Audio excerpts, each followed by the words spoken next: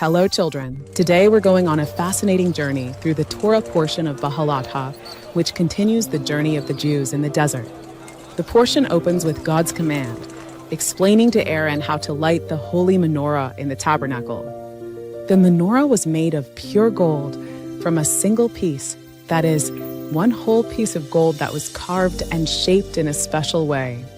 It had 7 branches, and at the top of each branch was a lamp that needed to be lit. When Aaron lit the lamps, he had to make sure that all the light was directed toward the center. The sages tell us that Aaron was sad when he saw the leaders of the tribes bringing special offerings for the dedication of the altar, and he thought, maybe I am not worthy. But God told him, yours is greater than theirs, because you light and tend the lamps. After the lighting of the menorah, the Torah continues with a special ceremony that was held for the Levites. This is what happened. They sprinkled them with the water of purification, special water for spiritual cleansing. They passed a razor over their entire bodies, washed their clothes, and brought special offerings. 1 bull as a burnt offering with its grain offering, and a 2nd bull as a sin offering. The Levites stood before the tent of meeting, and all the Israelites laid their hands on them. Aaron waved the Levites as a wave offering, lifting them up symbolically before God. After this ceremony, the Levites were ready to serve in the tabernacle. They were required to serve from the age of 25 until the age of 50. The portion continues and goes back a bit in time, to the first month of the 2nd year after leaving Egypt. The Jewish people celebrate the first Passover in the desert, 1 year after the exodus from Egypt. But there were people who couldn't celebrate Passover because they were ritually impure. They had come into contact with a dead body. They approached Moshe and Aaron and said, why should we miss out on this important mitzvah of the Passover sacrifice? Moshe asked God, and God gave them a wonderful solution. He gave them a second chance to celebrate Passover, a month later, on the 14th of Iyar.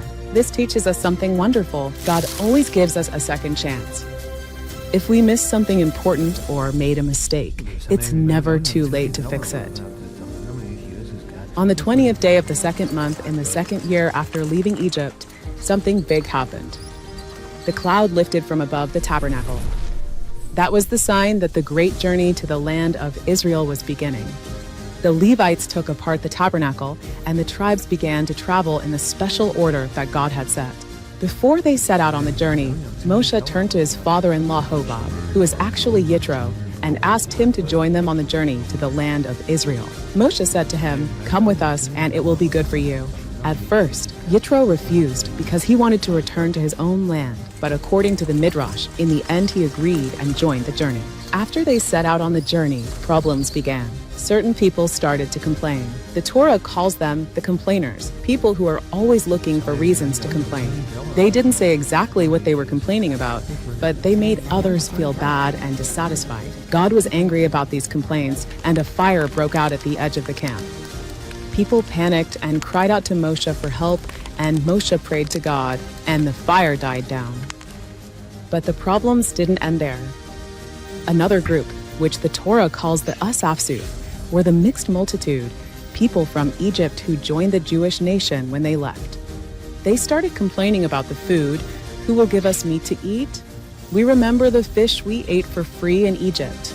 They complained about the mun, the miraculous food that God sent them, even though the mun was very tasty and you could taste anything you wanted in it. They said, we're dried out. There's nothing here. All we see is the mun. The complaints made things very difficult for Moshe. He turned to God and said, I can't carry all these people by myself.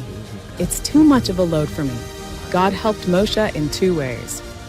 First, he told Moshe to gather 70 elders, leaders from among the people. God took some of the prophecy and wisdom that was upon Moshe and gave it to the elders as well, so they could help Moshe lead.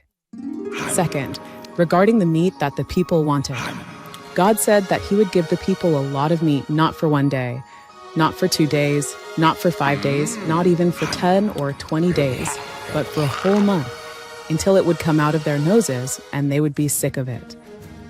While God was placing his spirit upon the 70 elders, something interesting happened. 2 men, Eldad and Medad, did not come to the tent of meeting with the other elders, but still received the Spirit of God and began to prophesy in the camp. Yehoshua ben Nun, Moshe's faithful servant, heard about this and said to Moshe, "My master Moshe, stop them." He thought it was wrong for them to prophesy, but Moshe gave an amazing answer. "Are you jealous for my sake? I wish that all of the Lord's people were prophets." Moshe was not jealous or afraid that others would receive prophecy. On the contrary, he was happy that more people could draw closer to God. Meanwhile, God fulfilled his promise regarding the meat. A strong wind brought huge flocks of quail, which landed around the camp. There were tons of birds. According to the verse, they covered the whole land to a height of almost a meter, stretching as far as a day's walk in every direction. At the end of the Parsha, something sad happens. Miriam and Aaron, Moshe's siblings, spoke about him. They said, "Has God only spoken with Moshe? Hasn't he also spoken with us?" They also complained about the fact that Moshe had taken a wife. Moshe didn't respond to them at all because he was very humble, more than anyone else on the face of the earth. But God called all three of them, Moshe, Aaron, and Miriam, to come to the tent of meeting. There, he explained to them that Moshe is different from all the other prophets. While other prophets receive prophecy in a dream, God speaks with Moshe face to face in a clear and direct way. God was angry with Miriam and Aaron, and when the cloud lifted from above the tent, Miriam had leprosy. Her skin was white as snow. Aaron turned to Moshe and pleaded for forgiveness. He begged Moshe. Immediately, Moshe prayed to God to heal them. God said that Miriam would have to stay outside the camp for 7 days as punishment, and then she could return. The entire nation waited. And to this day, we are commanded to remember the story of Miriam so that we avoid speaking lashon hara, gossip, or slander. Did the Jewish nation live up to this? And what happened when they repeated the mistake? We'll tell you about that in the next episode.